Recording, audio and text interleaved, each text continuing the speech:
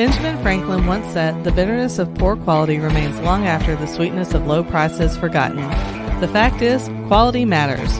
Join us as we make quality fun, interesting, and accessible to companies of all levels. Quality Matters is a must-listen for all things quality. Listen in, ask questions, and get back to doing what matters most. Quality Matters, brought to you by Texas Quality Assurance, where quality management gets simplified. Well, welcome back to the Quality Matters podcast. I'm Kyle Chambers with Texas Quality Assurance, and glad to have you back. Today, we are continuing in our consultation mini-series about competence and training. So competence and training is one of the, to me, more difficult sections of the standard to maintain compliance to. Just one of the more difficult business practices. I used to be a QHSE manager. So for close to about 10 years, I was in charge of quality, environmental, health, safety, insurance, you name it, all sorts of crazy stuff. Had to deal with all the workers' comp mess, so it's lots of fun stuff there. And one of the biggest requirements for safety is training. The quality side, training is incredibly important as well. A little bit different, but very, very important. Now, the problem is that our base of employees, well, changes. We've unfortunately all seem to have a bit of a revolving door these days. I had one customer a couple years ago. This was right as we were kind of going through the tail part of COVID. Although I guess technically we're still in it, but who knows? So one of the things they had is they had nearly a 10% attrition rate, like monthly. It's like every month they were losing 10% of their people and bringing another 10% in. We just couldn't get anyone that wanted to work a full-time job. Now it's not nearly as bad now, but there for a period of time, it was really rough. And, I personally didn't have to deal with anything that bad, but it's still, even just growing. If you're growing, you're hiring new people every couple of weeks, every month. Like God only knows how many times I did my safety orientation. And I would beg my managers, like, please just have the guys start on the same day of the week. That way, I only have to do one set of orientation that week, and I can just plan that, let's say, my Mondays, or you want to bring them on Tuesdays because Mondays are busy. Like, then I can just plan on my Tuesdays being taken up with orientation. No, I do an orientation on Tuesday. They'd swear no one else is coming in. Hey, Kyle, we got someone. They're going to start on Friday. Friday, cool. Okay. I'll drop what I'm doing and we'll do orientation on Friday, which is fine. You do orientation. It's disruption in your schedule. But even with that, it's like, cool. Now we've got to take this person and make sure that I've got a plan to get all of their required trainings done here in the first 30 days. Anything that we didn't handle in orientation. I really tried hard to knock out a lot of trainings in that orientation. Like we'd go through PPE, we'd go through HAZCOM, we'd go through all of these different basic type trainings. We'd handle all that day one in orientation. But there's still lots of other stuff that needs done. We're still going to have to do forklift testing. We're still going to have to get your weld test done. We're still, maybe if you were a welder here, we got you your ASNT. So I'm going to get you ASNT level 1 for, liquid penetrant. We're going to have to go through all these different things. Okay. Well, it gets to be a lot to keep up with. And then some of these trainings have to be renewed. So something as simple as forklifts, you got to do it every 3 years. First aid CPR, you got to do it every 2 years. Maybe you've got an internal training that you just want to do on an annual basis for some good reason. And all these trainings are on different intervals. Also, this was one of the more fun things I had. This was probably, I don't know, first 6 months, maybe earlier than that, of being a safety manager. And I was like, well, you know what? I need to do lots of safety training, but I don't know who has or hasn't been trained before, because we had done a few trainings in the past. So we brought like someone in prior to me taking over safety manager, a third-party person to do crane training, crane and rigging. And at this point, I'd taken some classes and with the training materials, and I was going to be our trainer for crane and rigging. Okay, well, I'm going to do training for crane and rigging. My thought was it never hurts to have extra training. So I'm just going to pull everyone in and we're going to train everyone right here, right now. Sounded great to me. talking to the COO of the company, he had a little bit of a different opinion of the matter, and I couldn't understand at first. And he's like, "Kyle, why do you pull everyone in for crane training?" I was like, "Well, we need to get it done." And about half the shop I knew for certain had to have it, but the other half, maybe they still had another year before they needed it renewed. And he's like, "Kyle, do you realize how much money you just cost us?" And I was like, and this is a conversation that everyone in training has to have. And there's a balance to be found here. I can't say I know the secret sauce to it, but there's a balance to be found here. But he had a really good point, and he really got me to think about it. And this is something that as consultants, as quality managers, as safety managers, we all have to think about if we want to have a good working relationship with the operations side of our business. Because when quality, safety, when we don't have a good relationship with operations, it makes for a difficult job. He's like, "Kyle, you got to realize every one of these guys, you take what they're paying, you take their overhead rate.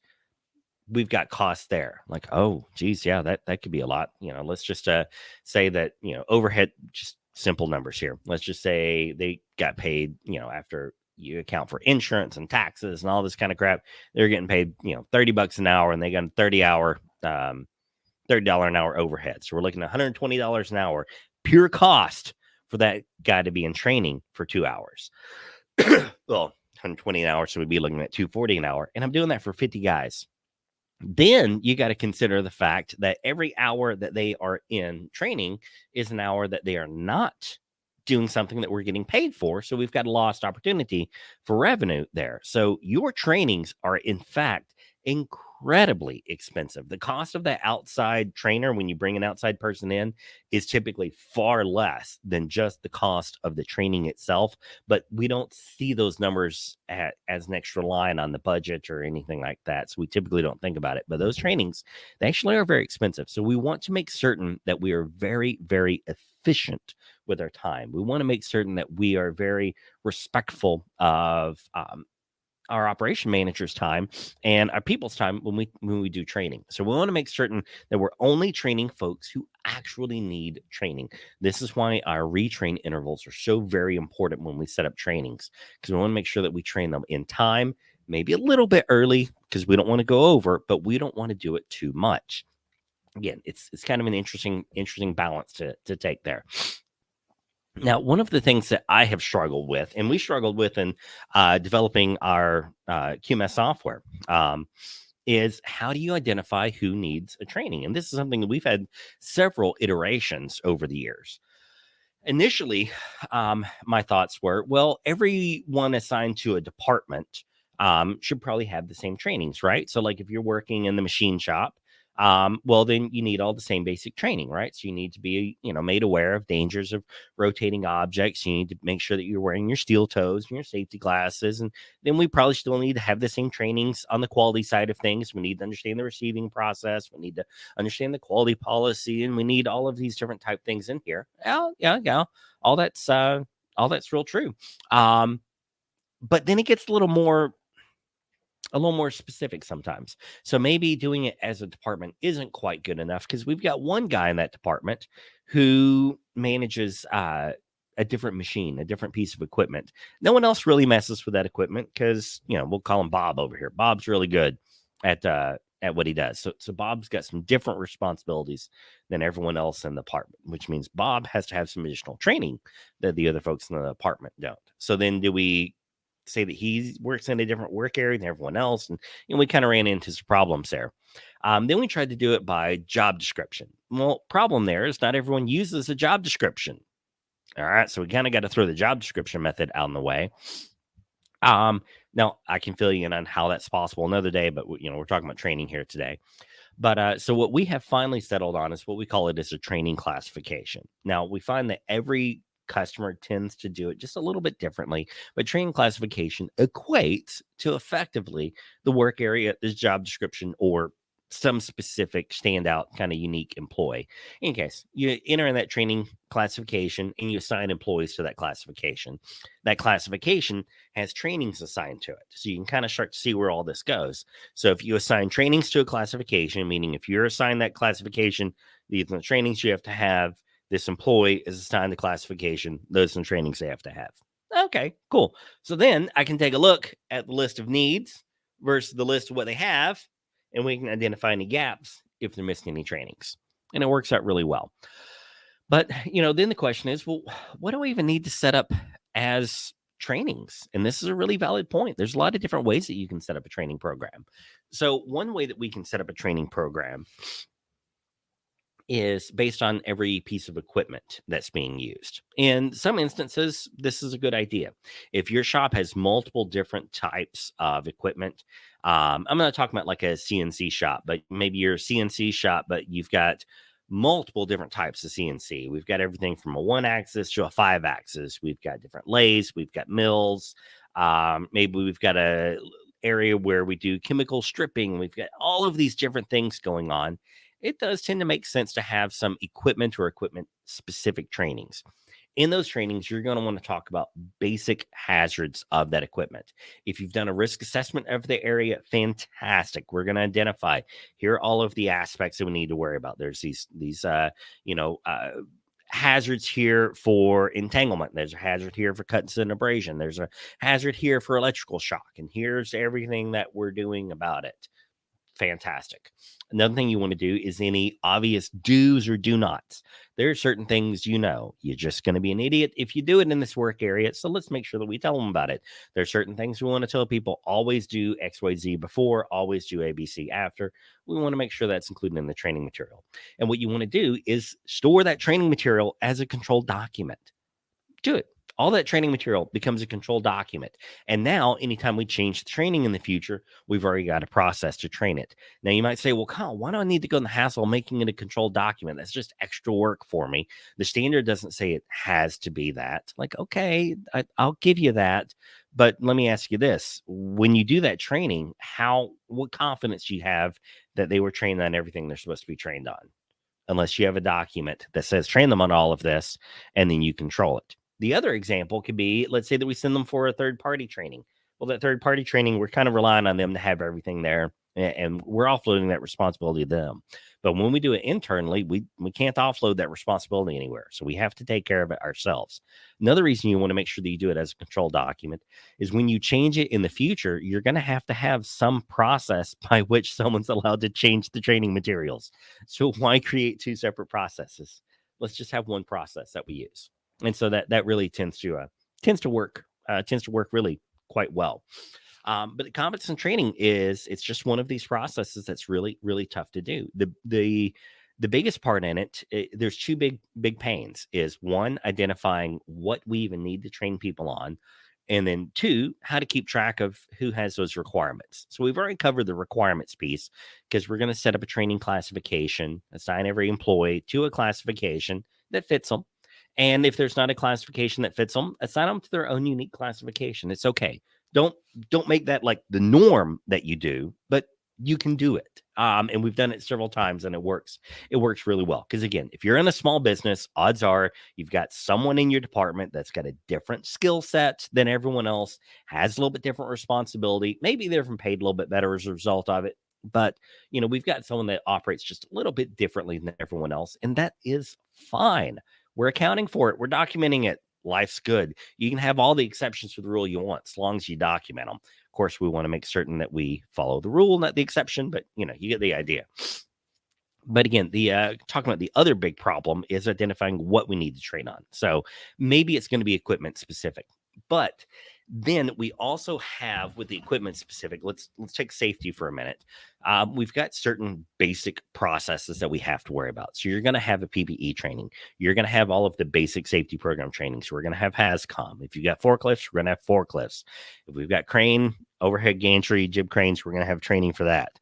Same thing with scissor lifts. We're going to have something for that. And we're going to go through all of these key processes. We're going to have control of hazardous energy, lockout, tagout. That's a real fun one to build. But we're going to have all of these basic processes. Then, like I say, we're going to have the equipment specific ones. On the quality side, question here, it's not quite as clean cut as it is for safety.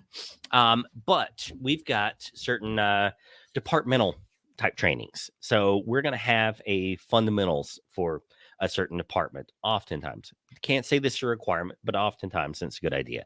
We want to have a basic orientation. That basic orientation tells people about our company, what we do, who does it, the basic flow throughout our process.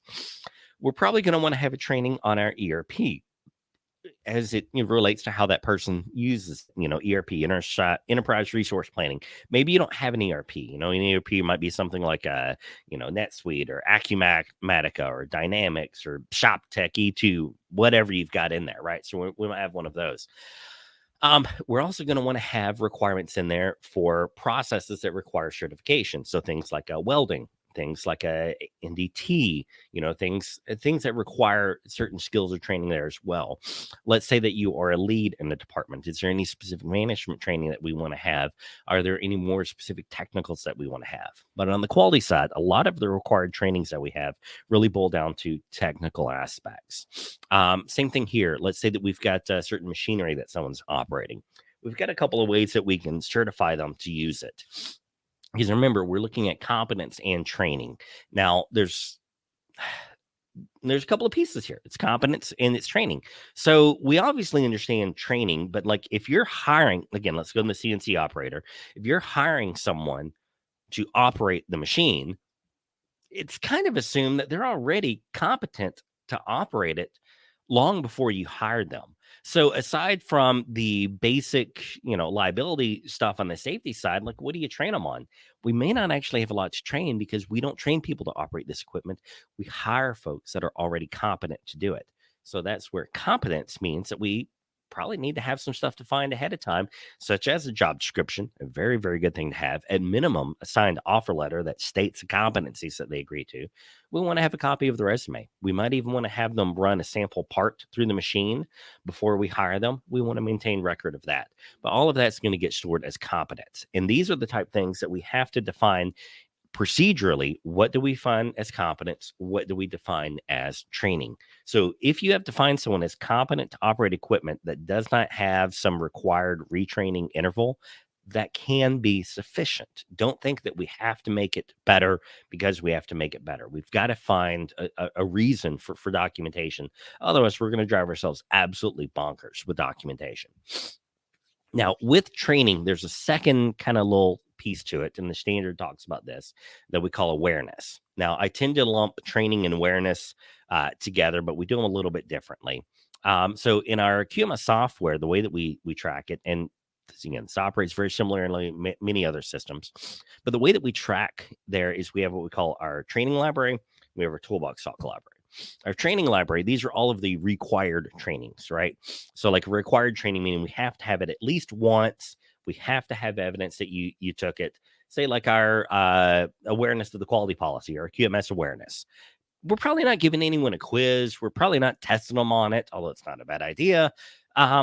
We just need evidence that we talked to you about it and that you are aware. So this would be an awareness level training, but that's a little bit different from what we call our toolbox talks. Toolbox talks might be your pre-shift safety meeting. Maybe it's annually HR comes out and has to have documentation that we told y'all about the new insurance plans and offerings that we have this year. We need evidence that we told people about it. Okay, cool. So for those things, I like to use a toolbox talk. Let's say that you were absent today and you missed this morning's toolbox talk. Maybe we were talking about safety glasses, and you're reminding everyone what Z87 means. Okay, cool. I missed today. I didn't get the safety glasses talk, but I'm here tomorrow. Tomorrow, if you're not going to make me sit through the safety glasses talk from yesterday, because we do a safety talk every day, and I'll probably hear the same safety glasses talk again in 6 weeks.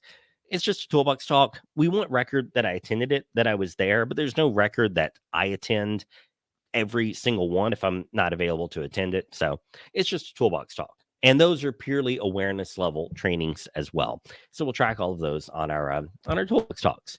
But that's really the basics of competence and training. Now, you'll find that either someone else previous to you in your organization, maybe you yourself, maybe your manager handed it to you, whatever. Someone's got some weird looking training matrix. And they're really hard to do. They're really, really hard to do well. So what we have done in a couple of instances, I like to avoid doing it when I can. If we can get all of the good evidence and training and put it in there, let's do it. But a lot of times what happens is folks will simply use a spreadsheet and they'll record the training was done with a date on the spreadsheet, but no tangible evidence anywhere that we can find. This is where you have to make a management decision for your business. But if you have confidence, and how you have confidence, only you can define. Maybe you were there for it with the previous guy, and you saw it that it was done. He was just bad about paperwork, but it was done, and we've got the training there. Go ahead and sign off saying that this person is competent for XYZ task. Some exclusions to this might be something like forklifts, where there are some very specific legal requirements for training. Same thing as something that requires third-party skills. Again, like say we're doing ASNT for liquid penetrant. Well, you as a manager can't say they're competent for that. There are other processes that have to be found there.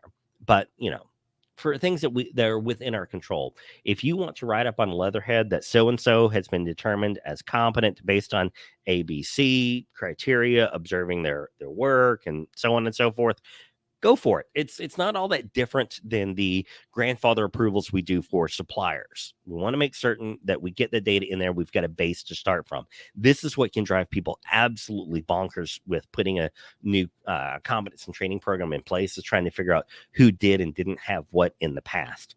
Inevitably, you are going to have some folks that do get a little bit of additional retraining sooner than they may have needed to have it, but we can do a pretty good job of minimizing it here, minimizing those expenses and making sure that it all works well in the future.